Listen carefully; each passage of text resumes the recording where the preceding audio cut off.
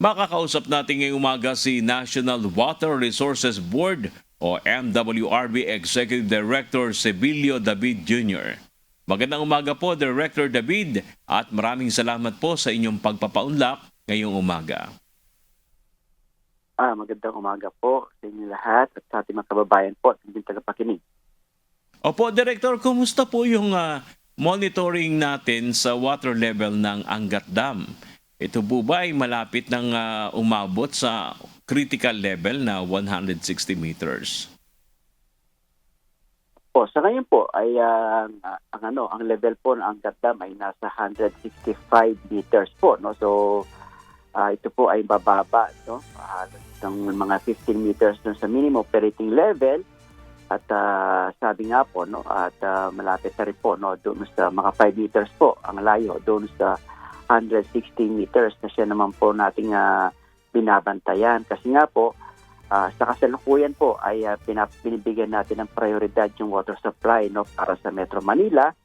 At so kasi nating mabigyan ng kasiguruhan, no, yung supply ng tubig para sa kababayan po natin dito sa Metro Manila. Kaya sa kasalukuyan po ay patuloy po yung pagmamonitor po natin at dahil patuloy pa rin pong bumababa, no, itong level ng Angat Dam at maasa po tayo, no, itong mga susunod na araw base naman po sa pag-asa may mga pag-ulan na posibleng mangyari ay masa po sa tayo ito po ay makarating, no, doon sa watershed ng Angat Dam para naman po ma-recharge siya at maiwasan natin, no, yung patuloy na pagbaba nitong level ng Angat Dam.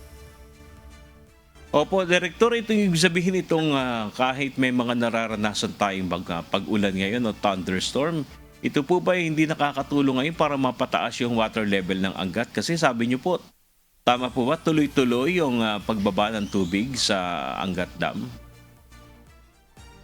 Tama po yun, no? So sa kasalukuyan po ay wala pa hong direktang contribution itong mga pag-ulan na nararanasan natin dito sa Metro Manila dahil hindi nga po ito nakakaabot, no, doon sa may mga kabundukan kung saan po naroon yung mga dams natin, particular po itong Angat Dam. Ganun pa man, ay itong mga pag-ulan ay nakakatulong din po kasi nababawasan po yung mainit na panahon at pagkaganon po kasi medyo nababawasan din yung demand, no, sa pangailangan sa tubig ng kababayan po natin. Pero ganun pa man ay hindi pa rin ho siya, no, ganun ka direktang nakakatulong, no, sa pagtaas po ng level ng Angat Dam. Yung kung pagbabatayan po natin yung datos nung nakaraang taon kumpara sa ngayon, yung regular na pagbawas ng tubig sa Angat Dam kada araw, masasabi niyo po ba na halos parehas lang nung nakaraang taon o mas mabilis yung pagbaba ng tubig ngayon dahil sa may umiiral na El Nino? Sa ngayon po ay yung pagbaba po ng dam ay dahil sa ngayon po kasi mga pag-ulan mababa po sa normal, no, na mga pag-ulan ang nararanasan po natin. Ito po ay sa tingin po natin dulot na rin ito, no, na yung summer season, no, andyan pa rin po, no. Ito po yung sinasabi nating nasa dulong parte tayo ng summer season na medyo mababa po yung mga pag-ulan at ayon na rin po sa pag-asa, no, yung posibleng andito na rin may advisory na po ng El Nino, pero sa tingin po natin ang El Nino pinaghahandaan po natin yung posibleng mag full-blown effect po niya ng bago magtapos ang taon hanggang sa susunod na taon. Kaya sa ngayon po, ayon naman po sa pag-asa ay may inaasahan pa rin mga pag-ulan dito mga susunod na mga linggo po siguro, mga susunod na araw. Pero ganun pa man, base na rin po, no, sa mga datos natin, itong pagbaba niya ay kagaya rin po, no, ng mga previous years na halos mga 0.3 hanggang 0.5 meters po ang baba niya. Pero sa ngayon po, medyo mataas ng konti dahil nga po pag mababa po kasi ang level ng Angat Dam, medyo mataas na rin po yung level ng pagbaba ng dam natin. Kasi nga po, medyo mas makitid po ang storage ng dam sa may pagka bumababa po siya. Ayun. Kasi kung tutuusin, dito sa Metro Manila po, ang lakas ng ulan, nagbabaha agad eh. Pero diyan pala sa lugar kung saan nandun yung ating dam, hindi umaabot yung ulan. Ano po ang nakikinad yung senaryo sakaling posibleng bumaba po ba sa 160 meters na may tuturing na critical na ang water level ng Angat Dam kung magtutuloy-tuloy itong ganitong kalaki, 0.4, 0.3 meters na bawas kada araw? Tama po 'yun, no? Kasi kung pagbabasihan po natin, no, yung mga datos natin, no, yung pong mga panahon ng El Nino, no, na mga yung 2010, 2019, bumaba po ng 157, no, o 157 meters, no. So yung level po ng Angat Dam, no, yung 2014 mga 163 meters po ang binaba niya, no. Kaya po nakaranas na rin po, no, ng mga pagbaba na mas mababa po sa critical level na 160 meters.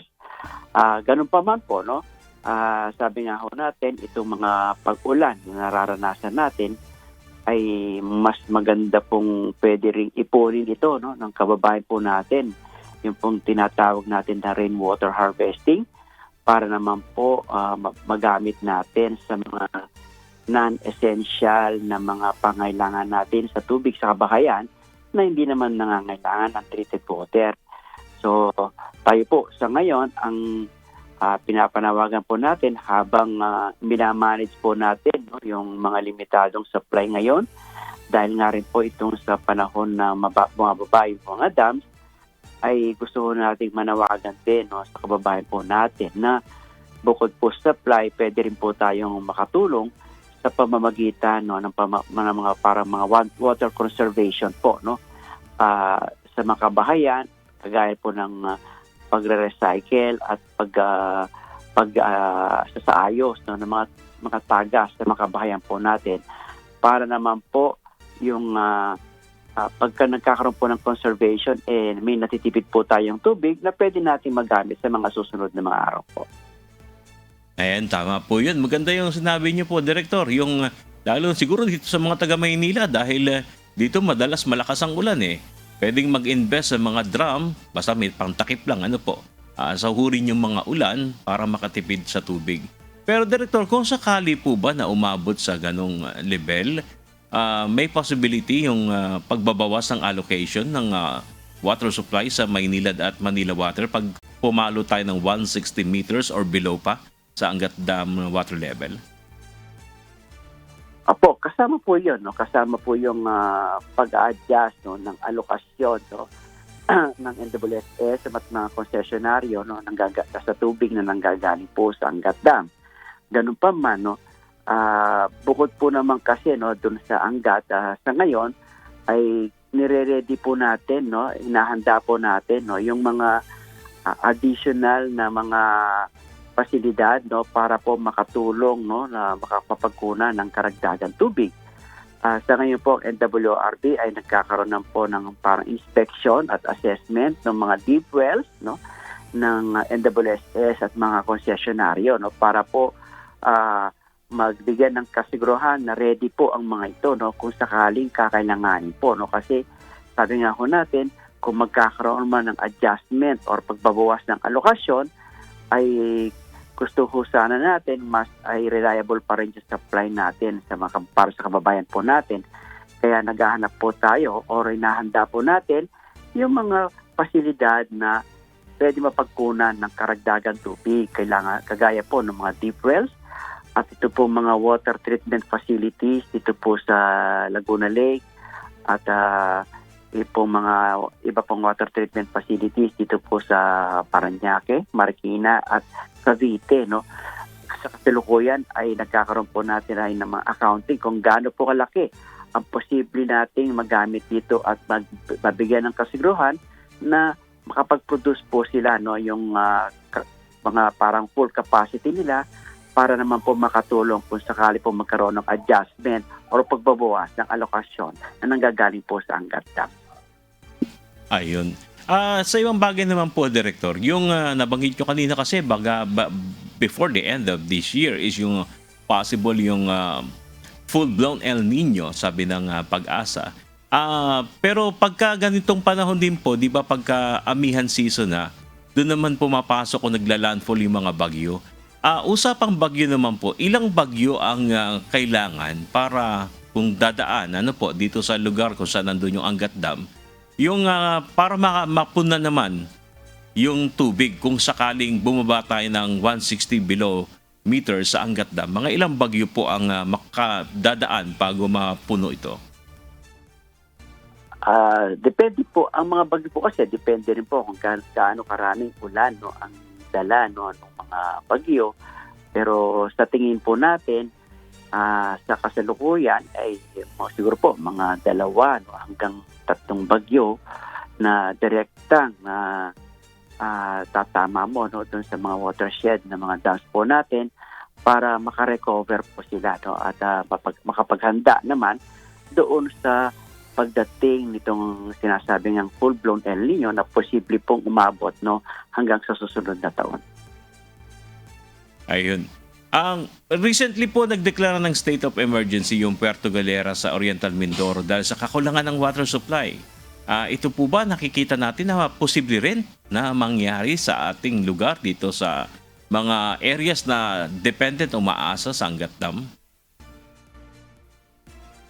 Sa ngayon po ay yan po naman ang ginagawa natin ng pakikipag-ugnayan sa WSS para po mas mabigyan ng kasiguruhan at sabi nga ho natin yung mga dams po natin ay nagre-recover po yan dahil nga pa sa pag-ulan.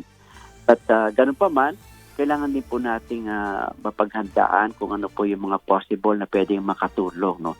Ito pong hanggang bago magtapos ng taon o hanggang early next year, ay sa kasalukuyan po ay kinukompleto na po itong Upper Wawa Dam tsaka po yung East Bay Water Treatment Facilities dyan po sa Laguna Lake na sa tingin po natin ay maging operationally po sa bago magtapos ang taon hanggang early next year. Kaya kung sakali po yung pumasok itong full effect ng El Nino ay meron na pong mga posibleng makatulong na mga bagong pasilidad na makapagpadagdag po ng supply ng tubig natin bukod po sa Angat Dam.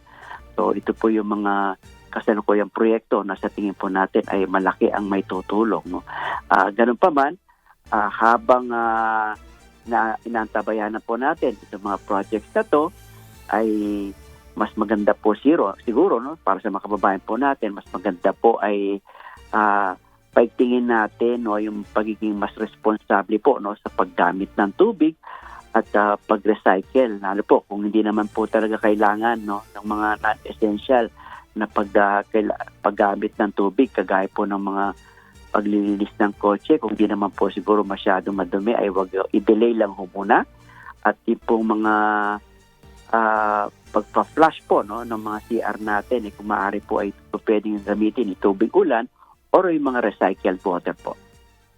Opo, Director, nabanggit niyo yung mga proyekto na ito, pasilidad na target bago matapos yung taon. Sakto ito kung sakali umepekto yung full-blown El Nino. Meron po ba kayong study kung gaano karaming mga bahay o residente ang kaya na itong serbisyuhan pagkasakali na ito po umabot? Sa ngayon po, ito wala pa yung detalya po nito, pero ang total po kasi niyan, mga 400 million liter, mahigit 400 million liters per day.